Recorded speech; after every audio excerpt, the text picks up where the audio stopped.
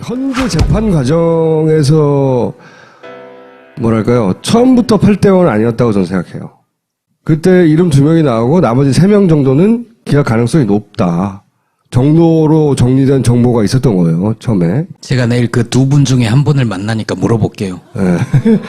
그 양반이 실제 기각을 시키려고 했다 아니다의 문제가 아니라 그 양반이 그런 의지를 가진 것으로 분석한 거죠. 네. 그럴 거라고 분석한 정보. 그리고 청와대는 비밀리에 그 정보에 기반해서 새 내각도 준비하고 있었어요. 실제로. 그 중에 현직 방송인도 있어요. 전 누군지도 알아요. 지금 뭐 의미 없으니까 공개할 필요는 없지만 현직의 방송인에 있는 사람들 중에도 그 내각 제의를 받고 가서 회의한 사람도 있어요. 이때 친박은 전략을 짭니다. 그러니까 확실하니까 거의 한 명만 넘어오면 되잖아요. 둘 중에 하나예요. 3월 13일 넘기든가 아니면 그 남아있는 3명 중에 한 사람을 확실하게 일로 넘기든가. 그러려면 지금 탄핵까지 간 것이 그 국회를 통과한 것이 촛불에 사람들이 너무 많이 나와서 그런 거 아니냐 이런 인식이 있었던 것 같아요. 그래서 이제 친박 집회를 막 키우는 거지. 친박 집회. 그러면서 가짜뉴스 막 돌리는 거죠. 여론을 만들어내기 위해서. 그리고 국회의원들, 자유한국당 출신 국회의원들 중에 대선 후보급이라고 할 수 있는 김문수 의원 같은 도지사 같은 양반들이 집회 참석하기 시작하는 것도 비슷한 시점에 막 이루어져요.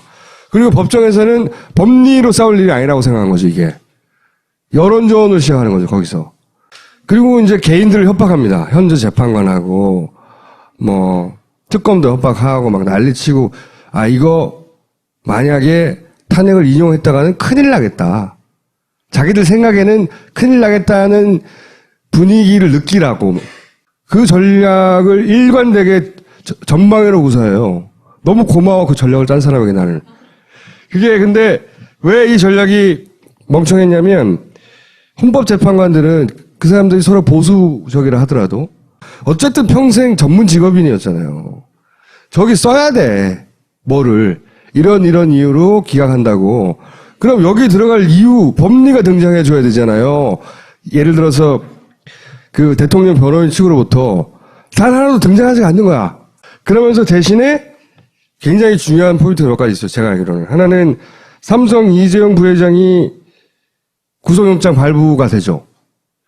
유일하게 이동호 변호사라고 헌재 재판관 출신이 드디어 이 헌재 재판 갔다고 할 정도의 법리를 했는데 그 중에 핵심이 뭐냐면 이재용 영장 기각됐지 않냐 이거였거든요. 근데 이게 날아가 버렸어요. 이 사람 입을 다물어요, 거기서. 재청구 됐을 때는 구속이 네. 됐으니까. 구속이 돼버려가지고. 유일하게 뭔가 몇 줄 쓸 수 있는 근거를 제공해 둔 한 사람이 있었는데 그 사람, 특검이 큰 역할을 한 거죠, 그때. 이재용 부회장이 구속되면서 쏙 들어가 버렸어요, 그것도. 그 다음에 국정원 사찰 뉴스 있잖아요? 이 재판관들이 자기가 결정을 쓸 때 이것이 정보기관의 사찰이나 압력의 결과로 보여지지 않을까 하는 심리적 압박을 만들어냈어요, 이게. 그 사람들에게. 또 하나는 이정미 재판관 후임을 대법원장이 절묘한 시점에 판결 직전에 임명했잖아요. 이건 헌법재판관들의 자존심을 굉장히 건드렸어요. 대법원이 헌법재판관의 결정에 개입하려고 한다. 라고 하는 열받게 만드는 요인. 좀 이따 분석하세요. 그러니까 결정문 이외의 요인을 말하는 거예요. 그 다음에 이제 그 과격한 집회가 오히려 8대0을 만들어낸 거예요. 오히려. 여기서 소수 의견 냈다가 그걸 근거로 해서 어느 한쪽도 인정할 수 없는 상태로 갈 수 있으니 이쪽이든 저쪽이든 8대0을 만들자 하는데 친박 집회의 과격함이 기여를 한 거죠. 난총수가 불안할 때부터 절대 재판관들은 이걸 못 쓴다라고 생각을 했어요. 그렇죠. 한 번도 난 의심을 안 했다니까. 마지막 순간까지도 쉽지 않았다고 저는 알아요. 근데 김기춘 전 비서실장이 구속된 것도 저는 큰 역할을 했다고 봐요. 그러니까 정보기관에 대한 장악력이 청와대에서 확 떨어졌다 그때. 그리고 그 공백을 대체한 자가 있었을 거 아닙니까? 문고리 3명도 없죠. 김기춘도 없죠. 그럼 그 자리를 메꾼 자가 있었을 거 아니에요. 그 자의 부실한 실력. 그 자의 부실한 실력도 큰 몫을 했다. 누군지 짐작하는 사람이 있으나 어쨌든 그 자의 부실함. 그래서 그 전체적인 전략 막 피로 물들인다고 하고 아스팔트를 그런 전략들이 지속적으로 이 결정문을 쓸 때 헌재 재판관들한테 역으로 작용한 거예요. 그래서 결국은 8대0까지 갔다라고 저는 생각하는데 저는 왜냐하면 또 한편 그런 생각한 이유 중에 하나는 이 결정문 속에는 보수적인 재판관들의 그 흔적들이 남아있어 많이 굉장히 우리는 이제 어쨌든 판면 냈으니까 땡큐인데 그 안에 보면 예를 들어서 뭐 대통령제를 바꿔야 된다. 소수 의견으로 나왔던가요? 대통령제를 바꿔야 된다는 게 여기 들어가야 된다는 게 난 굉장히 웃기다고 생각하거든요. 결정문 자체로 보면 어떻게 분석이 되는지 이제 들어보겠습니다. 일단 순서대로 조금 말씀을 드려볼게요. 뭐 중심은 사실 저도 기본적으로 포맷은 총수님 말씀하고 비슷해요. 그러니까 저항하려고 했는지까지는 모르겠지만 네. 이 헌재 재판관들이 아직도 전통적인 그런 법리 구성에서 못 벗어나고 있다. 네. 기각하려는 노력이 있었어요. 제가 보기에는. 예. 읽다가 보면. 예, 그 논리 비약이 있는 부분이 여러 군데서 좀 보이기는 해요. 특히 네. 이제 세월호 부분에서는 네. 상당한 논리 비약이 있어서 그걸 보고 좀 저도 많이 실망을 했었고요.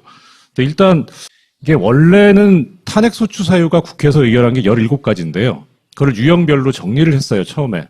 그래서 헌법 위반 행위가 5가지, 법률 위반 행위가 4가지. 이렇게 해서 9개로 줄였다가 3번의 준비기일이 있었는데 준비기일에서 4개로 정리를 합니다. 요거. 최순실 국정 개입하고 권한 남용 행위, 언론자유 언론자유, 침해, 생명권 보호, 세월호죠, 이게. 예. 그다음 뇌물수수 등 각종 네. 형사법 위반 행위 이렇게 했는데 나중에 재판 진행 과정에서 이 뇌물수수를 이 최순실 국정 여기 집어넣어버렸고. 예, 여기다 네. 집어넣어버렸어요. 그래서 뭐 죄송한 말씀이지만 이 결정문에는 이재용 얘기는 한 줄도 안 나와요. 삼성 얘기는요. 안 예, 나와. 그냥 그 전혀 안 정경련이 나오나요? 네. 미르재단하고 K스포츠재단 설립하고 거기에 왜 출연자들이 당연히 그 재단을 운영하는데 권한을 가지고 개입을 해야 되는데 돈 낸 사람들은 아무것도 못하지 않느냐. 이것이 과연 정당한 출연 행위냐라고 이 부분만 문제를 삼았지 이재용 얘기가 안 아니냐, 나오고 안 따졌어요. 예, 안 아예. 따졌어요. 그래서 저는 이게 상당히 관심이었거든요. 이 뇌물수수 요거 이게 빠져나가 버렸어요. 예, 근데 이게 왜 빠졌을까 하고 보니까 나중에 결정문을 봤더니 이 부분을 포함시켜 버렸어요. 저기다 넣고 그 다음에 나온 게 공무원 임면권 관련해서 직업공무원제 위반을 얘기를 하더라고요. 그래서 발표문에 네, 현대자동차고 롯데는 나오잖아요. 예, 나오죠. 예. 네. 근데 그거는 이제 뇌물의 문제가 아니니까 일단 네. 인사 문제였거든요, 그거는. 예, 제 영역에서 보면 제일 기여를 하신 분이 서석구 변호사님하고 김평우 변호사님이 네, 맞아요. 정말 엄청난 기여를 그 두 했어요. 분이 헌재 재판관들의 모욕감을 줬어요. 아까 말씀하셨던 2분 내지 3분, 네. 저도 이름은 들어봤어요. 누구일 네. 것이다. 네. 그런데 이제 저는 그건 그러는, 루머일 거라고 대부분 생각했던. 저는 그냥 소문일 거다라고 일축을 했는데, 그 물망에 올랐던 분들이 특징이 공안 쪽에 오래 검사 생활을 하셨던 분, 네. 아니면, 그다음에 공안 사건에서 뭐라고 표현해야 되죠? 국가보안법 위반을 인정하는 쪽에 많이 가담했던 판사 출신들이에요. 그러니까 이분들은 특히 이제 공안검사 출신의 헌법재판관들은 서석구 변호사나 김평우 변호사를 만날 일이 없었어요. 기본적으로. 왜냐면 국가보안법 위반 사건으로 뭐 공안 사건을 하는데 변호인이 온다는 거는 민변 쪽이나 이쪽 사람들이 오지 그런 그렇죠. 분들은 오지 않아요. 자기의 적이 되지 않아요. 그러니까 만나본 적이 없죠. 그런데 자기가 재판을 하는데 저런 짓을 하는 거예요. 저런 짓. 기가 막힌 거죠. 그러니까 그거는 저는 상당한 영향을 미쳤을 것 같아요. 저도. 그게 그러니까 그 중에 어떤 법리적인 주장이 있었으면 그래 뭐 좀 헛짓을 하지만 그래도 법률가가 얘기하는 건데 한번 검토는 해보자라는 생각이 들었을 수 있었는데 법리적인 얘기도 안 했을 뿐만 아니라 설령 법리적인 얘기를 한다고 해도 평소 행실이 저런데 저 말이 진실일까라고 하는 생각이 들어요. 일단 재판관을 무시했으니까요. 맞아요. 니네들 너 법 알아? 이런 정도의 태도를 취하니까. 그러니까 사실 그 강일원 재판관이 약간 부적절한 얘기를 하기는 했어요. 어떤 그러니까 부분에서요? 법정에서 헌법 재판을 잘 안 해보셔서 모르시는 것 같은데 이게 아니 열받게 하니까 예, 자기도 그러니까. 예, 감정적인 연산 나가지. 예, 맞아. 그래서 저러다가 깊이 먹지 싶었는데 안 그래도 깊이 신청하더라고요. 근데 뭐 그거는 지연전술이라고 처음에 이제 배척을 해버려서 다행이긴 했는데 그만큼 강일원 재판관도 화가 났었고 또 그렇게 하니까 뭐 보는 입장에서는 뭐 다른 분들은 좀 화나 하시고 열받아 하시는데 저는 아유 잘 되겠구나 저분은 그 사실 특히 서석구 변호사님 같은 경우에는 저희 그 제가 속한 법인에서 노무현 대통령님 관련 사건들을 많이 하거든요. 뭐 왕의 호두 뭐 이런 사건도 있었고 한데 그 상대방으로 많이 오세요. 그분이 선임되면 저희는 아주 고마워요. 네, 그래서 처음에 이걸 먼저 판단을 했어요. 결정문에서는. 그러니까 인정되는 부분을. 이게 제일 크니까 권한 남용에 관해서. 그리고 안 받아들여진 부분을 뒤에 판단을 했는데 실제 발표를 할 때는 안 받아들여진 부분을 먼저 한 거죠. 요걸 먼저 했다는 거죠. 예, 그렇죠. 이 결정문에는 요게 먼저 있다는 거죠. 예. 발표는 거꾸로 했고. 그러니까 여러 개 배척된 부분 중에서 보면 이 부분이 좀 저는 논리의 비약이 있다고 생각이 드는 건데 공무원 임명권 남용 이게 소추사유가 뭐였냐면 문체부 국장 그다음에 1급 공무원들을 사표를 6명을 받아가지고 그중에 3명만 수리를 하거든요. 그러면서 많이 들어보셨지 않습니까? 뭐 이 사람이 아직도 뭐 여기 지금 있습니까? 나쁜 뭐. 사람이라고 네, 하는데. 네. 그 사건이에요, 이게. 네. 그런데 여기에서 헌재가 뭐라고 판단을 했냐면 이게 왜 이렇게 된 거냐 하면 최순실 사익 추구를 위해서 하는데 그게 방해가 되니까 이 사람들을 날린 거다, 면직시킨 거다라고 주장을 했는데 사익 추구에 방해된다고 볼 만한 자료가 없다 이렇게 인정을 했어요. 근데 그럼 이거는 유진용 씨가 나와서 얘기했잖아요. 참 나쁜 사람들, 아직도 이 사람들이 여기 있습니까? 이거는 해석이 안 되는 거예요. 그 부분을 안 받아들인 거예요. 그 다음에 또 하나는 뭐냐면 나중에 인용되는 부분, 받아들이는 부분에서 뭐라고 하냐면 최순실이 공직자를 박근혜한테 추천했다라는 얘기가 나와요. 추천은 하는데 면직할 때는 개입을 안 했다라는 게 앞뒤가 안 맞아요. 그래서 왜 이걸 뺐을까 하는데 큰 의미는 없는 건데. 왜냐면은 큰 거 하나하고 싼 건 다 빼준 거예요. 그래서 저는 총수님 말씀대로 안 해주려고 하는 의지가 있긴 있었구나라는. 있었어요. 제가 보기에도. 네. 네. 여기서 강일원 재판관의 존재가 굉장히 중요했다고 생각해요. 네. 이분은 보면 재판 주심이 됐는데 주심이 되는 게 컴퓨터 추첨을 한다면서요. 예. 완전 운이야 운. 얼마나 다행인지 몰라. 그 컴퓨터도 보관해야 돼요. 사실은 김희수 재판관님이 되셨으면 더 좋았죠. 그랬으면 더 좋았겠지만, 예. 근데 저는 이분이 충분히 만족스러운 게, 네. 진보 보수 성향을 따지기 이전에 이 양반이 가지고 있는 그 생활 상식으로 보자면 이게 인용거리가 된다고 처음부터 생각한 것 같아요 보니까. 맞아요. 이거 뭐 해먹은 거 맞네 이런 인식을 가졌어. 그래서 전체 진행을 그렇게 했고 평의를 한다는 게 결국은 그 주심이 나는 이렇게 논리를 전개하면 이제 다른 사람들이 나는 이렇게 생각하진 않아 이의 제기를 하고 이런 구조인데 이 양반이 되게 꼼꼼한 양반이더라고 보니까. 예. 그러니까 나는 이렇게 생각한다고 할 때 제시하는 그러니까 주장 밑에 논거들이나 사례들을 엄청 많이 달아서 됐을 거 아니에요. 이 사람이 주심에 대해서 이야기를 진행할 때 그걸 반론하기가 쉽지 않았을 거라고 봐요. 재판 과정에서도 송곳 질문들을 많이 던졌고 네. 그 내용들이 인용의 근거로 그건 많이 주심이니까 담겼어요. 당연히 질문하는 건데. 그리고 더 이제 드러나지 않은 것 중에 주의 깊게 봤었어야 하는 게 뭐냐면 증인을 채택을 하거나 채택하지 않거나는 결정을 하는데 이정미 재판관도 얘기했지만 모든 재판관들이 다 합의를 거쳤고 재판장이 독단적으로 결정한 거 하나도 없다 그랬거든요. 네. 그러니까 평의를 하면서 이 증인을 채택할 거냐 말 거냐, 그다음 이 증거 신청을 받아들일 거냐 말 거냐, 여기에 대해서는 누구가 주도권을 지냐면 주심 재판관이 주도권을 쥐어요. 그러니까. 그런데 이거는 안 된다. 네. 이 채택하지 말자라고 하는 거에 대해서 다 이게 통과가 됐다는 거예요. 그러니까 사실 증인 채택하는 여부, 그다음에 뭐 사실조회든지 뭐 하여튼 여러 서류들 받아들이는 걸 보면 이게 어떻게 흘러가는가를 좀 짐작을 할 수는 있거든요. 안종범 관련된 다이어리를 채택하지 말라고 변호인단 쪽에서 박근혜 변호인단 쪽에서 얘기했을 때 그 강일원 주심이 한 칼에 뭐라고 그랬냐면 안종범이 법정에서 인정한 부분만 채택할 거니까 상관없다고. 그렇죠. 근데 사실 강일원 재판관이 가장 큰 역할을 했던 건 그거였어요. 헌법재판소법에 보면 탄핵 심판 절차는 형사소송법을 준용하게 돼 있거든요. 네. 그러니까 대통령 쪽에서도 형사소송 얘기를 계속 한 거예요. 왜냐하면 준용이 되니까.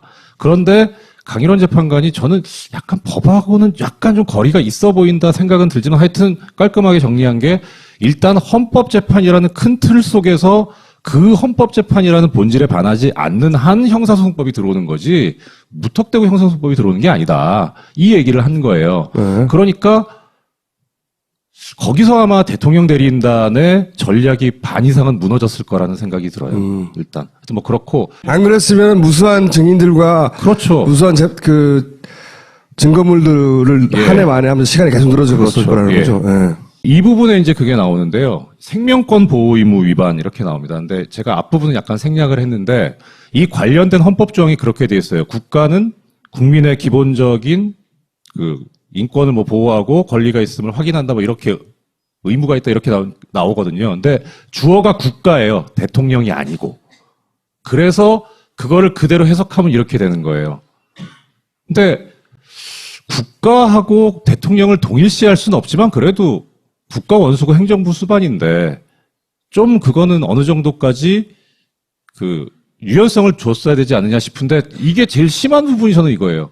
그렇죠. 대통령에게 직접 구조활동에 직접 참여하라고 구조활동에 참여해야 누가 그렇게 얘기했냐고요. 그러니까 이게 말이 되는 소리냐 이게 지금. 이거는 사실은 이 보수 진영에서 새누리당에서 끊임없이 얘기하던 논리거든요. 대통령이 그럼 거기 가서 직접 구출해야 되냐고. 그러니까요. 직접 구조 활동에 참여하는 행위 의미까지 바로 발생한다고 보기 어렵다. 네. 직접 가서 구해야 되는 거 아니냐는 말이거든요. 누가 그걸 요구했냐고. 그러니까요. 진짜 그 방해가 되죠. 이거 일단 했어요. 그러니까 이쪽 요거 인용 하나 하고 이쪽을 주장하는 예를 들어서 보수적인 재판관들의 견해를 그냥 받아주는 선에서 저도 그런 것 같아요. 네. 이것까지 인정했다가는 싸움이 자기들에게, 끝나지 않을 것 같다. 그리고 그 다음 문장도 아주 신기한 거예요. 대응 조치가 미흡하고 부적절하다까지 인정한 거예요. 예. 그럼 끝난 거 아니에요? 근데 그게 생명보호의무를 위반했다 인정하기 어렵다. 이게 무슨 논리적으로 말인가 무슨 이게 지금. 그 다음에 더 나가서 이제 성실 의무 관련해서 예. 직책을 성실히 수행할 의무는 사법적 판단의 대상이 아니다. 주관적이다. 예. 근데 이거는 사실 좀 뭐 수긍할 수 있는 게 이 부분이 어디에 나오는 얘기냐면 노무현 대통령님 탄핵 심판 사건 때 결정문 때도 이 얘기가 나와요. 그러니까 뭐 쉽게 말하면 이제 무능한 거 가지고는 안 된다. 어느 정도가 성실한 거냐 아니냐. 예. 뭐 그런 얘기고. 주관적인 가치 판단의 문제다. 이렇게 얘기를 하는 거죠. 여기에 대해서 이거를 이제 정면으로 건드린 게 김희수 재판관님하고 이진성 네. 재판관의 얘기. 두 사람은 무슨 소리냐. 예. 이거. 예. 그것도 파면 사유다. 예. 그리고 사소한 성실은 우리가 좋아하는 표현, 디테일한 걸 해도 파면 사유에 해당한다. 이게 이제 진보적인 재판관, 예. 김희수 재판관의 의견이에요. 저도 여기 동의하는 게 예. 우리가 과실치사 죄를 묻잖아요. 게다가 그 공직의 과실치사는 더 엄중하게 묻잖아요. 저 중대한 과실이 있는 게. 예. 중대 과실은 문답은 아니지. 그러니까 네. 무능이 아니고 과실이라고 봐야 되는 거예요. 단순 무능이 아니라 이런 특정한 임무를 제대로 못한 건 저는 그렇게 생각하거든요. 그렇죠. 여기서 이제 마음에 안 드는 부분이 이 부분이에요. 다만이라고 있는 이하 부분에. 네. 직무를 의식적으로 방임하거나 포기했다. 이게 한자 말이라서 좀 그런데, 그러니까 시체말로 그냥 일부러 안 했다. 아무것도 안 했다. 예. 예. 그런데 이런 경우에만 성실 의무를 위반했다고 볼 수 있는데 그런 정도는 아닌 것 같다라고 판단하고 파면 사유에 해당하지 않는다 이렇게 봤어요. 근데 아까 강일원 재판관 그 헌법재판의 구조를 말씀드렸던 이유가 그거예요. 형사소송 절차에 의하면 모든 증명 책임이 검사한테 있어요. 아시다시피. 그리고 무죄 추정의 원칙이 있기 때문에. 이건 뭘 뜻하냐면 예를 들어서 피고인이 알리바이를 주장을 해요. 뭐 범행이 벌어진 시간에 나는 범행 장소에 있지 않고 벙커에 있었다. 이렇게 주장을 했는데 실제 해보니까 벙커에 없었어요. 그러면 유죄가 되느냐? 그렇진 않죠. 실제 범행을 저질렀다는 걸 검사가 증명해야지 피고인 쪽에서 알리바이를 주장했다 그게 안 받아들여졌다고 유죄가 되진 않아요. 근데 헌법재판은 구조가 달라요. 특히 강일원 재판관이 얘기했던 거 하고 이진성 재판관이 얘기했던 그 기억하실 겁니다. 저기 이게 보통 날이냐 이 날이. 국민들 다 기억하는데 니네가 더 잘 알잖냐. 밝혀라. 그러니까 보통은 그 어떤 사유나 사실이 있다는 걸 주장하는 쪽에서 증명할 책임을 지는데 여기에서는 이 헌법재판의 구조에서는 형사소송과는 달리 대통령 측에서 벌어진 일이니까 그쪽이 자료가 많으니까 니네가 증명해라. 증명 못하면 없는 걸로 친다. 이렇게 가야 맞는데 실제 앞부분의 이 보충 의견에서는 그렇게 써요. 대통령이 그날 뭐 했다 시간대별로 이렇게 주장하는데 택도 없다, 말도 안 된다, 그럴 리가 없다 다 배척을 했어요. 그러면 아무것도 안 한 거거든요, 법률적으로는. 그럼 여기에 해당해요. 아무것도 그렇죠. 안 한 거예요. 그렇죠. 근데 그렇게 다 배척을 해놓고 이렇게 하니까 이것도 앞뒤가 안 맞은 거예요. 의식적으로에 걸리는 거 아니에요? 무의식 상태에서 방임하거나 포기한 경우. 죄송합니다. 그 부분을 제가 미처 캐치하지 못했어요. 사실 우리가 세월호 부분 때문에 물론 탄핵 인용이라는 결과는 좋지만 세월호 부분 때문에 상당히 실망을 했었는데 그게 어떻게 보면 정치적으로나 그러니까요. 어떤 앞으로의 사회 통합까지는 모르겠는데 그런 부분에 있어서는 그랬던 것 같아요. 저는 김기춘이 있었다면 이렇게 안 했을 거라고, 이렇게 무식하게. 네, 맞아요. 앞에서는 그 헌재 재판관들을 대우해주고 뒤로 협박할지언정 이렇게는 안 했을 거라고 봐요. 보통 김평우 변호사 얘기했던 국회 수석 대변인이니 이건 법관이 아닌 거예요 이런 말들은 예. 그냥 서면에 쓰고 내면 돼요. 읽어보다 열받으라고. 근데 그걸 법정에서 하니까 텔레비 카메라를 향해서 예, 게다가 그것도 카메라 향해서. 예. 그래서 의도적인 거란 말이죠. 그래서 저는 어떤 의미에서 굉장히 기적적으로 된 거다. 아, 이거 박근혜 운이 끝났구나라는 생각도 했어요. 다 끝났구나. 대한민국 국민의 운이 아직 안 죽은 거죠. 그러니까 박정희로 시작해서 박근혜가 이렇게 끝이 나는구나. 이렇게 철저하게 몰락해가지고 이런 전략을 써서 굉장히 어울리는 종말이다. 저도 이거를 말씀드리고자 하는 가장 큰 이유는 그거예요. 지금 총수님 말씀하신 거하고 일맥상통하는데 헌법재판관이 훌륭해서 이 탄핵 인용된 거 아니에요. 절대. 그러니까요. 예. 그 사람들도 어쩔 수 없게 만든 사람들이 우리잖아. 응? 그래서 근데 저는 스스로한테 박수 쳐줘도 된다고 보고 특히 바꿔야 될 게 아직도 많다. 예. 더군다나 저는 안창호 재판관의 보충의견에 보면 저는 이 판결에 왜 이게 있냐 도저히 이해가 안 가는데 제왕적 대통령제 있잖아요. 그런 얘기 나오면서 아까도 왜 세월호 때 직접 가서 구하란 말이냐 묻고 있었잖아요. 그러니까 보수 진영에서 끊임없이 주의했던 논리나 우려들이 여기 담겨 있는 게 있어요. 그중에서 제일 웃긴 게 저는 마지막에 제왕적 대통령제에 대해서 따로 챕터를 또 뽑아요. 네. 뽑아가지고 분권 국가로 가야 된다고. 이 얘기를, 그러니까 인용되는 부분이 28장인데, 이 양반만 14장을 썼어요, 이거를. 이건 저는 서비스라고 봐요.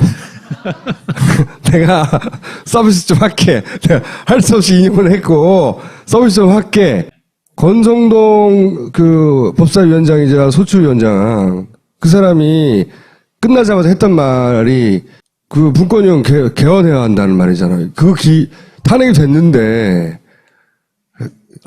아직도 여전히 얘네들은 세상이 크게 바뀌었다고 생각하기보다는 어떻게든 자기가 원하는 방향으로 가려고 하는 꾸질꾸질 꼼지락 하고 있어요. 네. 특히 틈만 있으면 글로 안창호 갈까요? 재판관 같은 경우에는 딱 그 얘기를 먼저 내잖아요. 이거는 보수와 진보 이념의 문제가 아니다. 그러니까 그게 그 소리는 뭐냐면 나는 하기 싫지만 해야 될 것 같아. 아직도 갈 길 멀다. 여기도 그렇고. 자, 이건 여기까지 하겠습니다. 감사합니다. 감사합니다.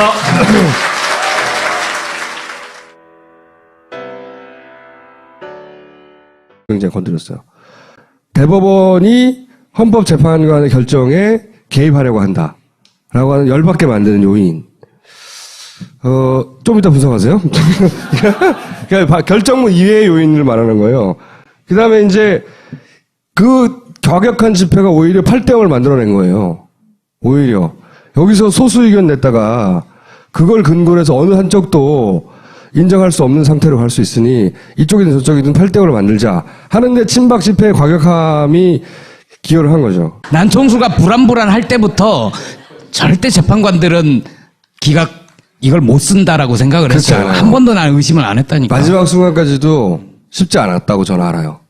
근데 김기춘 전 비서실장이 구속된 것도 저는 큰 역할을 했다고 봐요. 그러니까 정보기관에 대한 장악력이 청와대에서 확 떨어졌다 그때. 그리고 그 공백을 대체한 자가 있었을 거 아닙니까? 문고리 3명도 없죠. 김기춘도 없죠. 그럼 그 자리를 메꾼 자가 있었을 거 아니에요. 그 자의 부실한 실력. 그자의 부실한 실력도 큰 몫을 했다.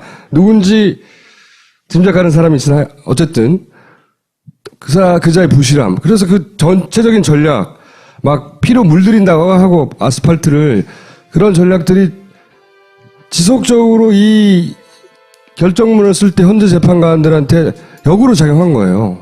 그래서 결국은 8대1까지 갔다라고 저는 생각하는데 저는 왜냐하면 또 한편 그런 생각하는 이유 중에 하나는 이 결정문 속에는 보수적인 재판관들의 그 흔적들이 남아있어 많이 굉장히 우리는 이제 어쨌든 판단됐으니까 땡큐인데 그 안에 보면 예를 들어서 뭐 대통령제를 바꿔야 된다. 소수 의견으로 나오던가요? 네. 대통령제를 바꿔야 된다는 게 여기 들어가야 된다는 게 난 굉장히 웃기다고 생각하거든요. 결정문 자체로 보면 어떻게 분석이 되는지 이제 들어보겠습니다. 일단 순서대로 조금 말씀을 드려볼게요. 뭐 중심은 사실 저도 기본적으로 포맷은 총수님 말씀하고 비슷해요. 그러니까 저항하려고 했는지까지는 모르겠지만 네. 이 헌재 재판관들이 아직도 전통적인 그런 법리 구성에서 못 벗어나고 있다. 네. 기각하려는 노력이 있었어요. 제가 보기에는. 예. 읽다가 보면. 예, 그 논리 비약이 있는 부분이 여러 군데서 좀 보이기는 해요. 특히 네. 이제 세월호 부분에서는 네. 상당한 논리 비약이 있어서 그걸 보고 좀 저도 많이 실망을 했었고요. 근데 일단 이게 원래는 탄핵 소추 사유가 국회에서 의결한 게 17가지인데요. 그걸 유형별로 정리를 했어요, 처음에. 그래서 헌법 위배 행위가 5가지, 법률 위배 행위가 4가지. 이렇게 해서 9개로 줄였다가 3번의 준비기일이 있었는데 준비기일에서 4개로 정리를 합니다. 요거. 최순실 예, 국정 개입하고 권한 남용 행위, 언론 언론 자유 자유, 침해, 생명권 보호, 세월호죠, 이게. 예, 그다음 뇌물수수 등 각종 네. 형사법 위반 행위 이렇게 했는데 나중에 재판 진행 과정에서 이 뇌물수수를 이 최순실 국정 개입 집어넣어버렸고. 예, 여기다 네. 집어넣어 버렸어요. 그래서 뭐 죄송한 말씀이지만 이 결정문에는 이재용 얘기는 한 줄도 안 나와요. 삼성 얘기는요. 안 예, 나와. 그냥 그 전혀 안 전경련이 나와요. 미르재단하고 K스포츠재단 설립하고 거기에 왜 출연자들이 당연히 그 재단을 운영하는데 권한을 가지고 개입을 해야 되는데 돈 낸 사람들은 아무것도 못하지 않느냐. 이것이 과연 정당한 출연 행위냐라고 이 부분만 탄핵을 인용했다가는 큰일 나겠다. 자기들 생각에는 큰일 나겠다는 분위기를 느끼라고. 그 전략을 일관되게 전방위로 구사해요. 너무 고마워 그 전략을 짠 사람에게 나는. 그게 근데 왜 이 전략이 멍청했냐면 헌법재판관들은 그 사람들이 서로 보수적이라 하더라도 어쨌든 평생 전문 직업인이었잖아요. 저기 써야 돼. 뭐를. 이런 이유로 기각한다고. 그럼 여기 들어갈 이유, 법리가 등장해 줘야 되잖아요. 예를 들어서 그 대통령 변호인 측으로부터 단 하나도 등장하지 않는 거야. 그러면서 대신에 굉장히 중요한 포인트가 몇 가지 있어요. 제가 알기로는. 하나는 삼성 이재용 부회장이 구속영장 발부가 되죠. 유일하게 이동호 변호사라고 헌재 재판관 출신이 드디어 이 헌재 재판 갔다고 할 정도의 법리를 했는데 그 중에 핵심이 뭐냐면 이재용 영장 기각됐지 않냐 이거였거든요. 근데 이게 날아가 버렸어요. 이 사람 입을 다물어요 거기서. 재청구 됐을 때는 구속이 네. 됐으니까. 구속이 돼버려가지고. 그 유일하게 뭔가 몇 줄 쓸 수 있는 근거를 제공해둔 사람 한 사람이 있었는데 그 사람 특검이 큰 역할을 한 거죠 그때. 이재용 부회장이 구속되면서 쏙 들어가 버렸어요 그것도. 그 다음에 국정원 사찰 뉴스 있잖아요. 이 재판관들이 자기가 결정을 쓸 때 이것이 정보기관의 사찰이나 압력의 결과로 보여지지 않을까 하는 심리적 압박을 만들어냈어요 이게 그 사람들에게. 또 하나는 이정미 재판관 후임을 대법원장이 절묘한 시점에 판결 직전에 임명했잖아요. 이건 헌법재판관들의 자존심을 문제를 삼았지 뇌물 이재용 얘기 얘기가 안 아니냐, 나오고 안 따졌어요. 예, 안 아예. 따졌어요. 그래서 저는 이게 상당히 관심이었거든요. 이 뇌물수수 이거 이게 빠져나가 버렸어요. 예, 근데 이게 왜 빠졌을까 하고 보니까 나중에 결정문을 봤더니 이 부분을 포함시켜 버렸어요. 저기다 넣고 그 다음에 나온 게 공무원 임면권 관련해서 직업공무원제 위반을 얘기를 하더라고요. 그래서 발표문에 현대자동차고 롯데는 나오잖아요. 예, 나오죠. 예. 네. 근데 그거는 이제 뇌물의 문제가 아니니까 일단 네. 인사 문제였거든요, 그거는. 예, 제 영역에서 보면 제일 기여를 하신 분이 서석구 변호사님하고 김평우 변호사님이 네, 맞아요. 정말 엄청난 기여를 그 두 했어요. 분이 헌재 재판관들의 모욕감을 줬어요. 아까 말씀하셨던 두 분 내지 세 분, 네. 저도 이름은 들어봤어요. 누구일 네. 것이다. 네. 그런데 이제 저는 그건 그러는 루머일 거라고 대부분 생각했던. 저는 그냥 소문일 거다라고 일축을 했는데, 그 물망에 올랐던 분들이 특징이 공안 쪽에 오래 검사 생활을 하셨던 분, 네. 아니면 그다음에 공안 사건에서 뭐라고 표현해야 되죠? 국가보안법 위반을 인정하는 쪽에 많이 가담했던 판사 출신들이에요. 그러니까 이분들은 특히 이제 공안검사 출신의 헌법재판관들은 서석구 변호사나 김평우 변호사를 만날 일이 없었어요. 기본적으로. 왜냐면 국가보안법 위반 사건으로 공안 사건을 하는데 변호인이 온다는 거는 민변 쪽이나 이쪽 사람들이 오지 그런 그렇죠. 분들은 오지 않아요. 자기의 적이 되지 않아요. 그러니까 만나본 적이 없죠. 그런데 자기가 재판을 하는데 저런 짓을 하는 거예요. 저런 짓. 기가 막힌 거죠. 그러니까 그거는 저는 상당한 영향을 미쳤을 것 같아요. 저도. 그게 헌재 재판 과정에서 뭐랄까요, 처음부터 8대5는 아니었다고 저는 생각해요. 그때 이름 2명이 나오고 나머지 3명 정도는 기각 가능성이 높다 정도로 정리된 정보가 있었던 거예요, 처음에. 제가 내일 그 두 분 중에 한 분을 만나니까 물어볼게요. 그 양반이 실제 기각을 시키려고 했다 아니다의 문제가 아니라 그 양반이 그런 의지를 가진 것으로 분석한 거죠. 예. 그럴 거라고 분석한 정보. 그리고 청와대는 비밀리에 그 정보에 기반해서 새 내각도 준비하고 있었어요. 실제로. 그 중에 현직 방송인도 있어요. 전 누군지도 알아요. 지금 의미 없으니까 공개할 필요는 없지만 현직의 방송인에 있는 사람들 중에도 그 내각 제의를 받고 가서 회의한 사람도 있어요. 이때 친박은 전략을 짭니다. 그러니까 확실하니까 거의 한 명만 넘어오면 되잖아요. 둘 중에 하나예요. 3월 13일 넘기든가 아니면 그 남아있는 3명 중에 한 사람을 확실하게 일로 넘기든가. 그러려면 지금 탄핵까지 간 것이 그 국회를 통과한 것이 촛불에 사람들이 너무 많이 나와서 그런 거 아니냐 이런 인식이 있었던 것 같아요. 그래서 이제 친박 집회를 막 키우는 거지. 친박 집회. 그러면서 가짜 뉴스 막 돌리는 거죠. 여론을 만들어내기 위해서. 그리고 국회의원들, 자유한국당 출신 국회의원들 중에 대선 후보급이라고 할 수 있는 김문수 의원 같은 도지사 같은 양반들이 집회 참석하기 시작하는 것도 비슷한 시점에 막 이루어져요. 그리고 법정에서는 법리로 싸울 일이 아니라고 생각한 거죠, 이게. 여론조언을 시작하는 거죠, 거기서. 그리고 이제 개인들을 협박합니다. 현재 재판관하고, 특검도 협박하고 막 난리치고, 이거 만약에